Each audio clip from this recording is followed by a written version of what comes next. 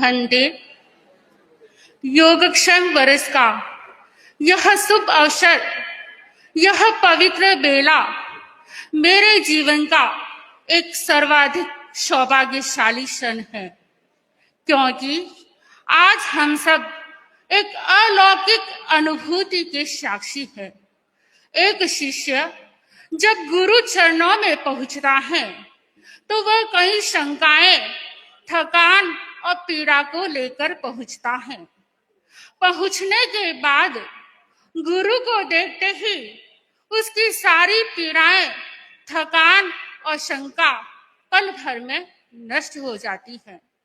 गुरु की एक झलक, आप श्री की एक मुस्कान हमारे जीवन में इतना प्रकाश भर देती है जितना हजारों शब्द भी नहीं भर पाते।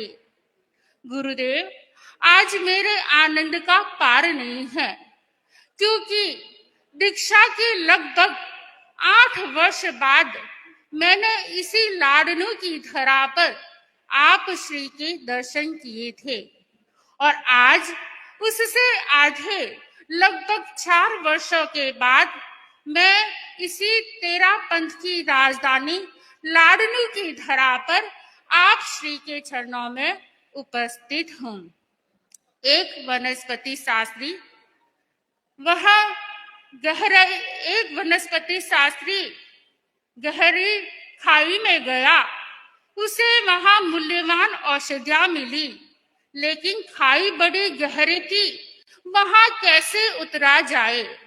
उसने अपने बेटे से कहा कि बेटा, मैं तुम्हें रस्सी से बांध देता हूँ और इस रस्सी के सहारे तुम्हें नीचे उतारूंगा।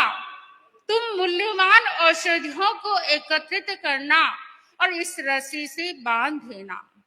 मैं इस रस्सी को ऊपर खींच लाऊंगा।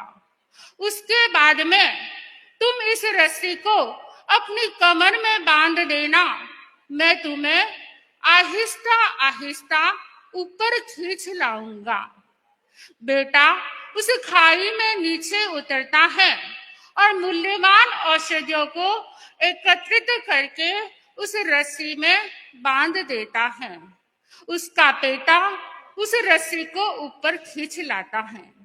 उसके बाद में उसी रस्सी को बेटा अपनी कमर में बांधता है और वह उसका पिता कांपते हुए हाथों के साथ में शने शने उसे ऊपर खींच लाता है। पिता बेटे की रस्सी खोलता है और पहले बेटे को गले लगाता है और पिता बेटे से कहता है कि बेटा, मैं तो इतना घबरा रहा था, लेकिन तुम इतने निश्चिंत क्यों थे। बेटे ने कहा, मुझे किस बात का डर, मुझे किस बात की चिंता। जिस बच्चे की डोर एक बाप के हाथ में होती है, उसे किस बात का डर होता है। भगवान, हमारी डोर भी आप श्री के हाथों में है। आपकी छत्र छाया में हम साधना रत हैं, आनंद की अनुभूति कर रहे हैं, निश्चिंतता का जीवन जी रहे हैं। प्रभु, आप इस अपार भवसागर से पार करने वाले आप ही एकमात्र कर्णधार हो। इस भवसागर से तारने के लिए आप एक सुदृढ़ जहाज हो।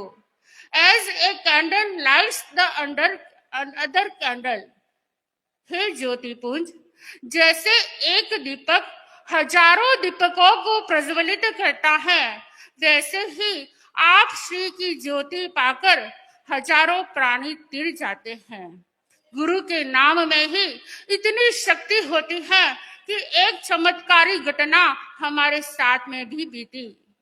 पिछले सन 2025 का चातुर्मास हमारा भिवानी में था। बिल्कुल पास में 2 कमरे थे। एक कमरे में हमारे निश्चय का सामान था और दूसरे कमरे में हम सो रहे थे। अचानक लगभग 12:15 बजे एक चोर वहां पर पास वाले कमरे में खटपट की आवाज करने लगा। साध्वी तिलकश्री जी उठी और घड़ी देखने लगी। घड़ी देखी तो उसमें 12:15 ही बजे बजे थे। साध्वी तिलक सिंह जी ने सोचा कि इतना जल्दी बाबा सफाई करने कैसे आ गया। अचानक उनकी नजर पड़ी कि गेट के बाहर खंबे के सहारे एक चेयर पर एक व्यक्ति बैठा था। साध्वी सी तिलक सिंह जी बोल उठी कि भाई तुम कौन हो? तो हमारी आंखें भी खुल गई। हमने महाराज से पूछा कि क्या हुआ, आपको बाहर जाना है? लेकिन साध्वी सिंह जी ने फरमाया कि बाहर कोई है। हम तीनों ने एकदम घबराने लगे, लेकिन साध्वी तिलक सिंह जी ने कहा कोई बात नहीं, घबराने की जरूरत नहीं है, हमारा जो भी करेगा गुरु करेगा, गुरु के हाथ में है हमारी रक्षा करना। हमने बाबा को आवाज दी, बाबा नीचे चोर आया है, लेकिन बाबा को चारों तरफ से बंद कर रखा था। वह बाबा नीचे आए तो कैसे आए? अब हम तो और घबराने लगे, लेकिन फिर भी हिम्मत का सहारा लेकर महिमा सिंह जी ने जैसे ही गेट को खोला तो वह चोर और सामने आने लगा। तुरंत उस गेट को वापस बंद कर दिया। फिर आवाज लगाई तो वह गुरु का नाम लिया, सुमिरन किया तो वह चोर भाग गया। फिर हम दोनों साधवियां हिम्मत करके उस गेट से बाहर निकली। एक ने सीढ़ियों का दरवाजा खोला और मैं बाहर खड़ी रही। तब जाके वह बाबा नीचे उतर आया और लोगों को फोन किया। लोग तुरंत भिवानी समाज इकट्ठा हो गया। पुलिस भी वहां आई और सारी छानबीन की। सारा यह चमत्कार गुरुदेव आपके ही नाम से हुआ है। प्रभु, आप में इतने गुण हैं, आप में आकाश जैसी विशालता है, पर्वत जैसी दृढ़ता है, धरती जैसी सहनशीलता है, चांद जैसी शीतलता है, फूलों जैसी विनम्रता है, तो सागर जैसी गंभीरता है। प्रभु, हे गुण सागर, आपके गुणों का क्या बखान करूं मैं? आपका जीवन इतना विस्तृत है, इतना विशाल है कि कहने के लिए शब्द भी छोटे पड़ जाते हैं। आपकी महिमा का सूरज कभी अस्त नहीं हो सकता, न राहु उसे ग्रस्त कर सकता है, न मेघ उसे ढक सकता है, क्योंकि आपकी कांति इतनी देदीप्यमान है कि वह चारों तरफ फैले बिना नहीं रहती।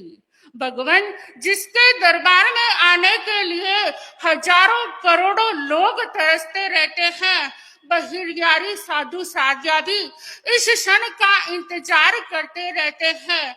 आज ऐसे साक्षात गुरु के दर्शन पाकर मैं धन्य धन्य हो गई।